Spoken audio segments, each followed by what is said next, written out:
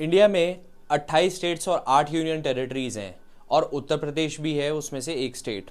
अगर मैं बात करूं बीमारू स्टेट्स की, बीमारू स्टेट्स एक टर्म दिया गया था उन स्टेट्स को जिनकी इकोनॉमिक ग्रोथ बहुत स्लो थी और वो पिछड़े हुए स्टेट्स में आती थी। ऐसे ही जैसे कि बिहार, मध्य प्रदेश, राजस्थान और उत्तर प्रदेश। पर उत्तर प्रदेश ने अपना फ्यूचर खुद डिसाइड किया और बीमारू टर्म से अपने आप को अलग किया। मैं ऐसा इसलिए कह रहा हूँ क्योंकि एज ऑफ 2024 इंडिया के states, in terms of states, second largest economy Uttar Pradesh है और ये करीबन 9% नेशनल इनकम में कंट्रीब्यूट करती है। और यूपी का सपना ये है कि वो 2026-27 तक $1 ट्रिलियन की इकोनॉमी बन जाए।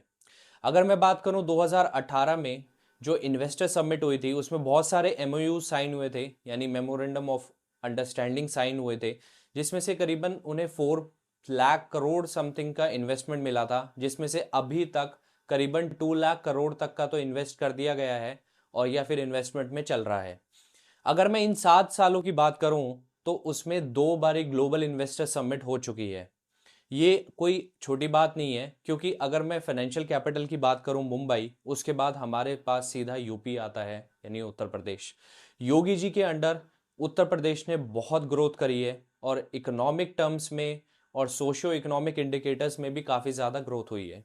और अगर मैं ग्रोथ रेट की बात करूं उत्तर प्रदेश की, तो पहले 3 साल योगी जी के अंडर करीबन 4% की इकोनॉमिक ग्रोथ थी और 17-18 के अंदर ये 4.4%, और 18-19 में 3.9%, 19-20 में भी 3.9% और 21-22 में करीबन 9% तक हुई।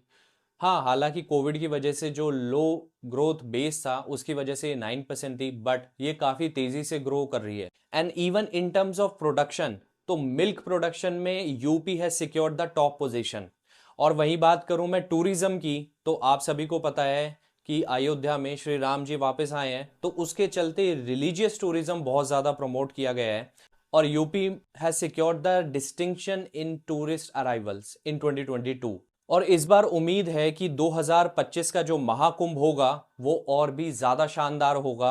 अगर मैं बात करूं एयरपोर्ट्स की, तो UP aims to have 21 airports. वहीं मैं बात करूं टोटल पावर जनरेशन कैपेसिटी की, तो वो करीबन अभी 8,688 मेगावाट की है।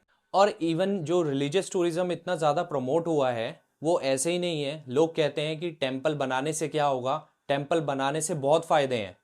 अभी मैं आपको बताता हूं कि अयोध्या में जो राम जी का टेम्पल बना है, इसकी वजह से करीबन 30,000 करोड़ तक के जो प्रोजेक्ट्स हैं वो सिर्फ अयोध्या में आए हैं।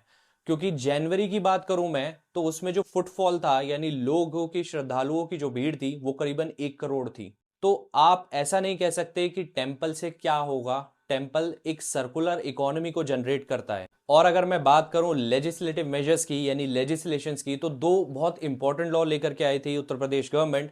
First is UP recovery of damage to private and public property act 2020, जो कि एनटीसीए प्रोटेस्ट के, बहुत सारे जो प्रोटेस्ट चल रहे थे एनटीसीए, तो काफ़ी ज़्यादा लोग आपने देखा होगा कि पब्लिक प्रॉपर्टी को डैमेज करते हैं।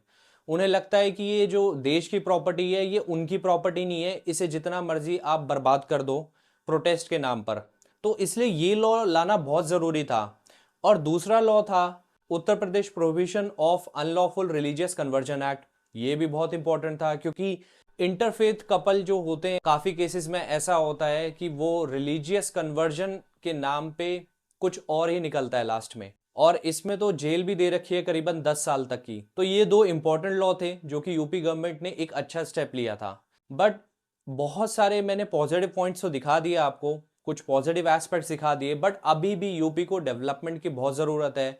और इन टर्म्स ऑफ क्राइम उसने बहुत अच्छा काम किया है। मैंने एक वीडियो भी बनाया था यूपी के क्राइम अगेंस्ट वुमेन पे, कि कैसे जो सोशियो इकोनॉमिक इंडिकेटर्स हैं वो कैसे अच्छा परफॉर्म कर रहे हैं। अभी भी काफ़ी ज़्यादा डेवलपमेंट की ज़रूरत है। मैं आपके साथ अभी डेटा शेयर करता हूँ। अगर मैं बात करूँ एनसीआरबी 2022 के डेटा की, यानी नेशनल क्राइम रिकॉर्ड्स ब्यूरो 2022 का डेटा, तो जो क्राइम्स हैं अगेंस्ट शेड्यूल कास्ट वो 13% से बढ़े हैं। अगर मैं बात करूं 2021 से 2022 की, क्योंकि 2021 में करीबन ऐसे 50,900 केसेस थे और 2022 में ये 57,500 केसेस थे। और अगर मैं इंडिया में रेप अगेंस्ट एससी कम्युनिटी की बात करूं तो वो टोटल करीबन 4200 है और यूपी में 646 के अराउंड है।